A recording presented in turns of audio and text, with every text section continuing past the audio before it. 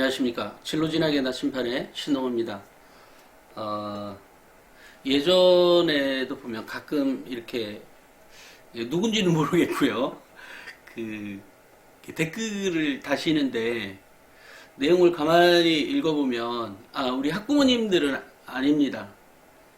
아니에요. 아마 뭐 학원장 정도 되시는 분인 것 같아요.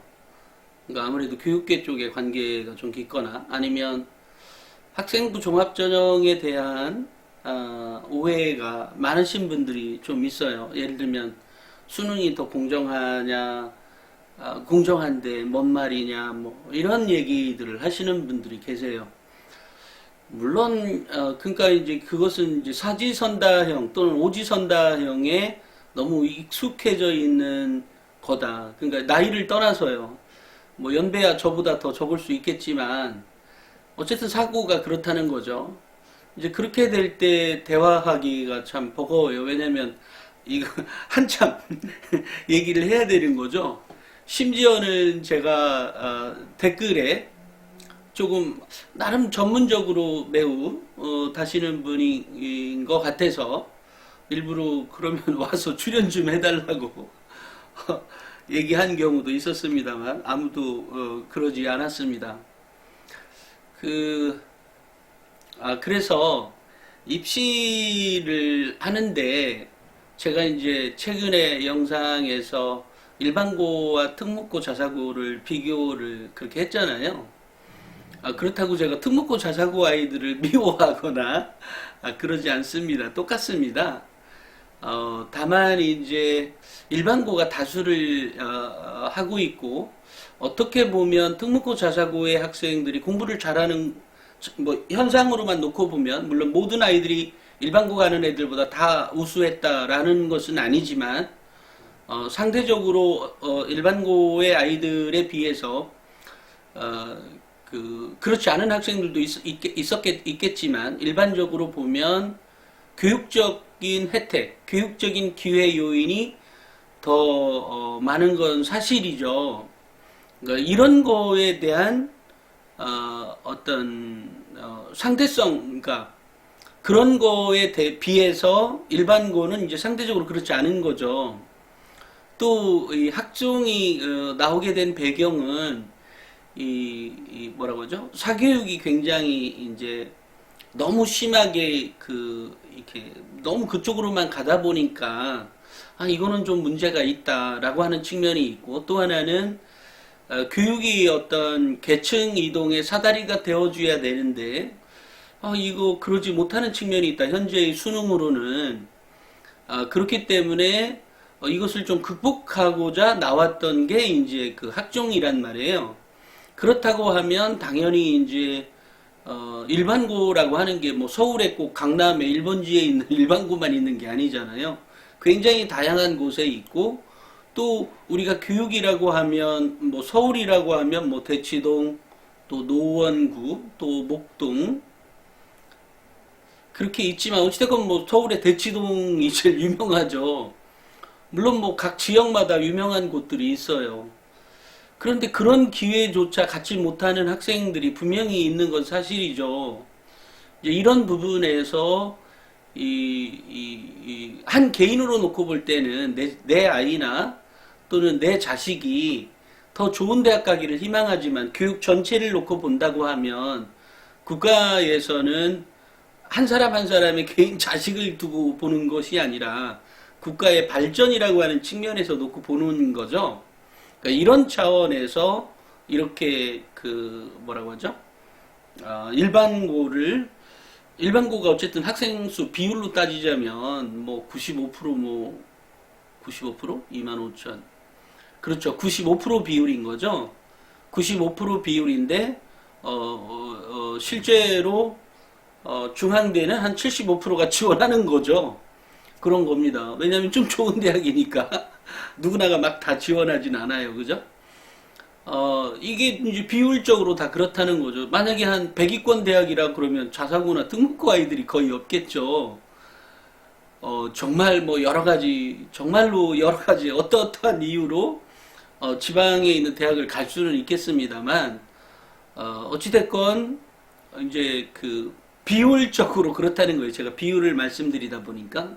그래서 이 학생부 종합전형이 나쁘다 좋다의 문제보다는 뭐 더 좋은 전형이 있거나 더 좋게 발전할 수 있는 거가 있다면 충분히 뭐 그것은 고려해 볼 대상이라고 생각을 합니다.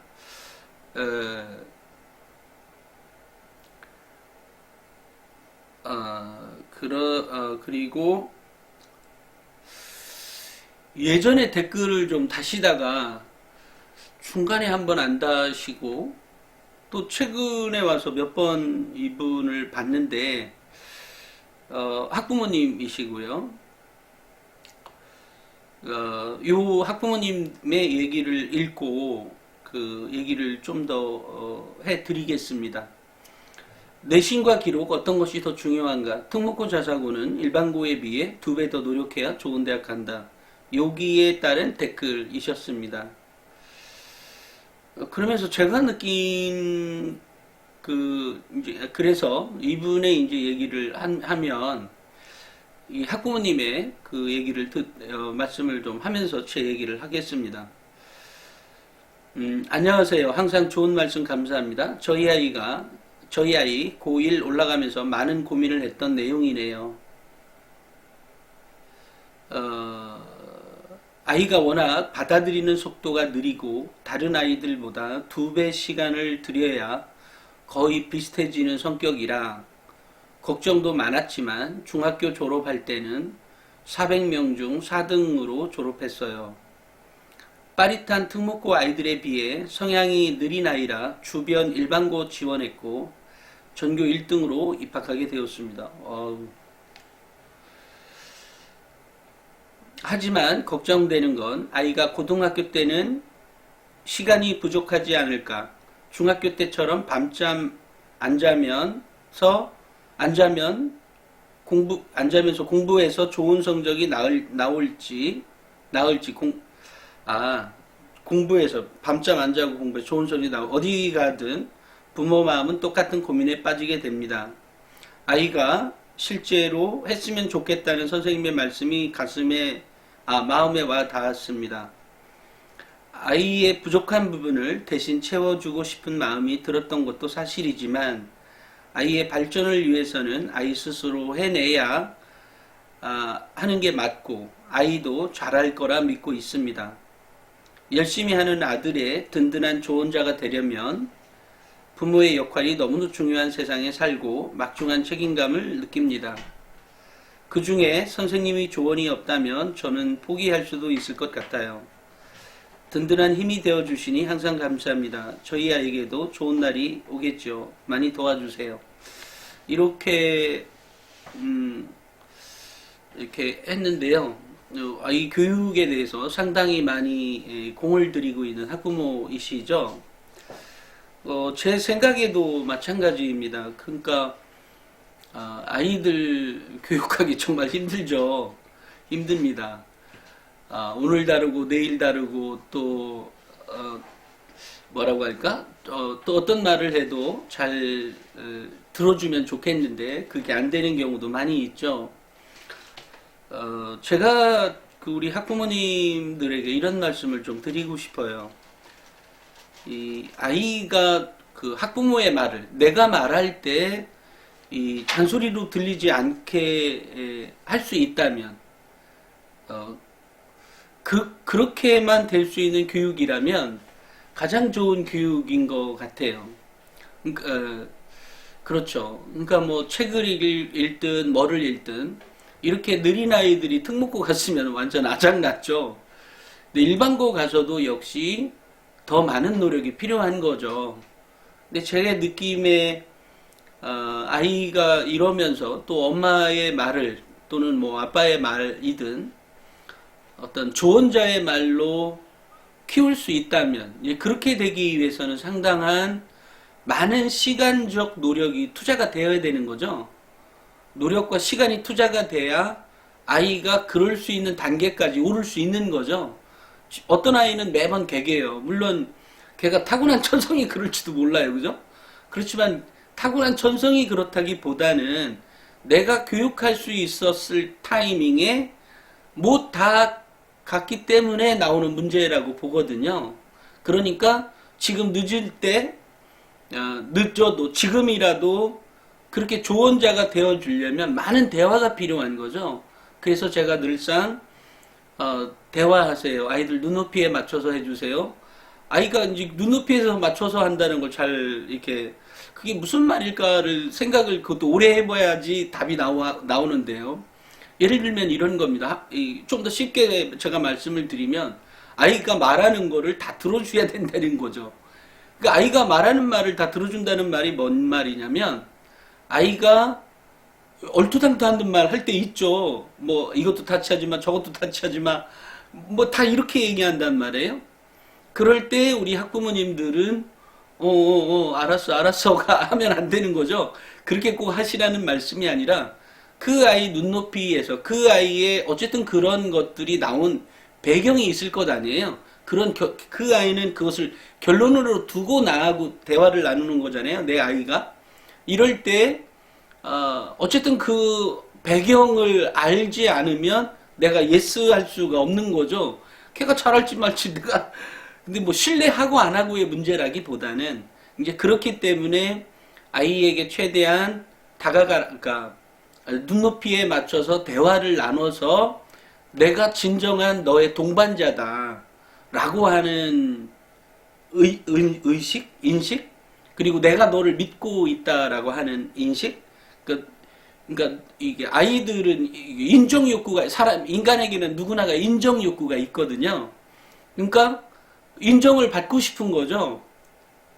인정을 받고 싶은 거예요, 아이가. 그런데 여태까지 인정을 안 해주고 있거든. 내가 뭔 노력을 해든. 남들은 내가 알기로 내 친구는 게임을 하루에 3시간, 4시간씩 하는데도 불구하고 난 게임 기껏 30분 정도뿐이 안 하고 있는데 안 하고 공부하는데도 불구하고 공부했는데도 불구하고 어찌됐건 그런 어쨌든 엄마 아빠한테 신뢰를 못 받고 있거든요. 이제 이런 배경에서 나오는 문제도 있을 수 있다라는 거죠.